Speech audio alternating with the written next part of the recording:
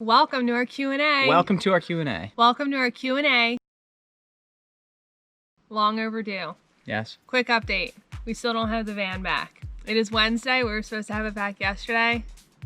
Don't have it. We'll have it by the end of the week. In Hopefully. case you're wondering. Yeah, so it's now been almost 4 weeks since we've left the van to get a new engine put in. If you guys missed the whole previous... All these cars. If you guys missed the previous couple videos, we ran into some engine problems with our van, had to get a new engine put in. So hopefully that'll be finished by the end of the week, and then we can finally leave Maine. We asked for some questions through our Instagram. We got some good questions, and we're gonna kind of run through them. Yeah. Yeah. You ready? Yeah, I'm ready. Are you ready? Are you ready? Are you ready? I guess. We got 1 ready, 2 ready. Are you guys ready? It's 3 readies. We're rocking and rolling. All right, so question number 1. What is your coffee routine? This question comes from a fellow van dweller, Leslie, who is my stepsister-in-law. Yeah, so her and my stepbrother, also live in a van out west. So in the van, usually we make a French press. That's how I've always made my coffee at home before this whole thing even became. Love me a good French press. Love me a good French press. When we're feeling lazy or need like a treat, we like to grab a jug of Stoke cold brew because it's our personal favorite. It's good. It comes with no sugar. It comes with a little bit of sugar. It comes chocolate flavored, which the chocolate is so good. Yeah. We had the chocolate at Walmart, Yeah. but when we were in the parking lot of Walmart for a couple days. So good. Yeah. Highly recommend it with oat milk. Yeah. My personal Ooh, yeah. fave. But for right now, we're just sticking with the French press. French press. Any recommendations? Throw Yeah, our coffee way. recommendations. Please, definitely. We were thinking of maybe starting to make cold brew in mason jars in the van, but we're gonna have to kind of see. But all right, great question. Question number 2 is who hits their head on the van ceiling more? And basically, we already discussed kind of the answer to the question. We kind of determined that it's probably 50-50 on who hits their head more. She seems to hit her head on a very specific corner. I kind of hit my head everywhere. However, for whatever reason, it sure seems like the camera's only rolling when it's my head. So, yeah, the answer to that question is 50-50, but you guys seem to see me hitting my head more. That's a great question. Yeah. It makes you mad. Oh yeah, every time you feel like an idiot, for sure. Because you know it's there. It hasn't moved. Yeah. All right, next question. Where are you driving next? Essentially, we're making our trip out to Colorado. Yeah. So that's our next big stop. Few stops along the way. White Mountain National Forest, Yeah. Green Mountain National Forest, Adirondacks, maybe another state park in New York. And then kind of from there, we're maybe just gonna kind of send it out west to Colorado and do a long day or 2 of driving. We might make a couple pit stops in the Midwest. We're not really sure. We're looking at temperatures. It's looking like it's 100 degrees pretty much throughout the whole Midwest right now, so we're not looking forward to that. Don't wanna deal with that. But so where we drive, yeah, so I mean, it's Colorado with the main stops up in the northeastern forests. But yeah, the main goal is to get out west for sure. Next question. What is one thing you wish the van had that it does not have? This is a great question. It's actually really hard to think about because if we're just gonna narrow it down to one thing, like trying to think of what would be more convenient or make it more comfortable. I'm gonna say a higher ceiling, because we can't totally stand up. We can like kind of crank our necks like this. We're both 5'6", so like we don't need much room, but it's still like if we had an extra 4 inches of headspace, it'd be fantastic. Agreed. So that's like seems like the easy answer there. I don't know. You have something else? I don't know. It's hard because I know if we built out our own van, we would change a lot. Yeah. Nothing is super inconvenient in the van. No. It just takes... Maybe another answer for me would be like a real fridge, not a cooler. Yeah. I mean, using a cooler as your main refrigerator it's is kind of a pain. Yeah, but it is, because every time you open it, you're letting out that cold air. So I mean, you really have to be careful about how much you use it, what you keep in it. Yeah. You have to be like dumping it every day. I mean, drain like it now because it's been so warm. Yeah. But so we have a higher ceiling and a full fridge instead of a cooler, which actually is a great segue into our next question, which is, can the Yeti keep food cold for a whole week? Depends. Short answer, it depends. Yeah, I would say yes, totally. That's if you're not opening your cooler and if the weather is permitting.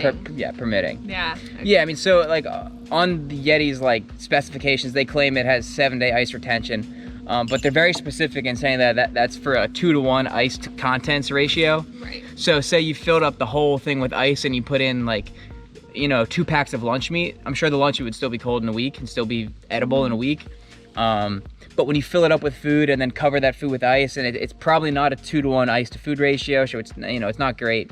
But yeah, like you were just saying, draining the cooler is definitely a big important thing to do. Does it keep food cold for a whole week?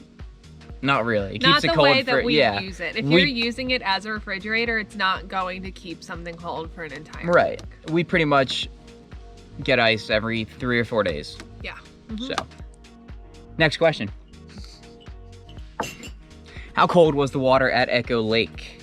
So for those of you that missed it in one of our previous episodes, we took a dive into Echo Lake off the side of the road, off a little dock where some stairs went down. But how cold was it? That's a good question. We'll tell you what the internet says. What did the internet say? 44 degrees. 44. What did we say? Not 44. No chance. Yeah. Well, that's also because we were super shallow. Yeah. We both thought it was like 60, Probably. maybe. Like, it didn't feel much colder than just a really cold ocean. It was cold, but it wasn't bone chilling like we thought it was going to be.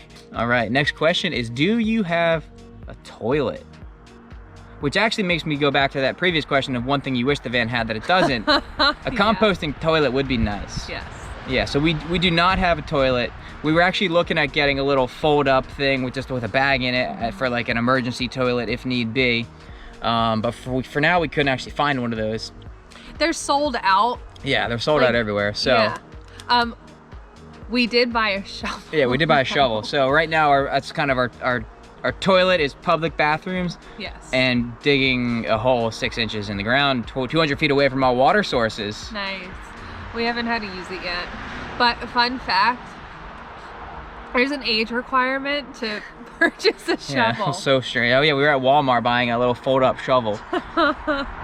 And I had to provide ID to buy a shovel. You have to be 16 or older to buy a shovel. So I don't know what these kids are doing with shovels, but probably not being hooligans. Yeah. Next question is, do you guys have a weekly or a monthly budget for food? What do we have? It's easier to budget our food on a weekly basis. So we aim to keep it, $75 or less for what we're gonna need for that week. Yeah. We try to capitalize on sales when we can to keep our prices down, 2 for 1, or especially on $1 off on meat and produce. Meats and produce, we're always looking for sales. Because we really didn't want to just start eating just dried food all the time. We're really trying to keep up some form of health. So we really have to look for those sales to try to keep our food budget as low as possible.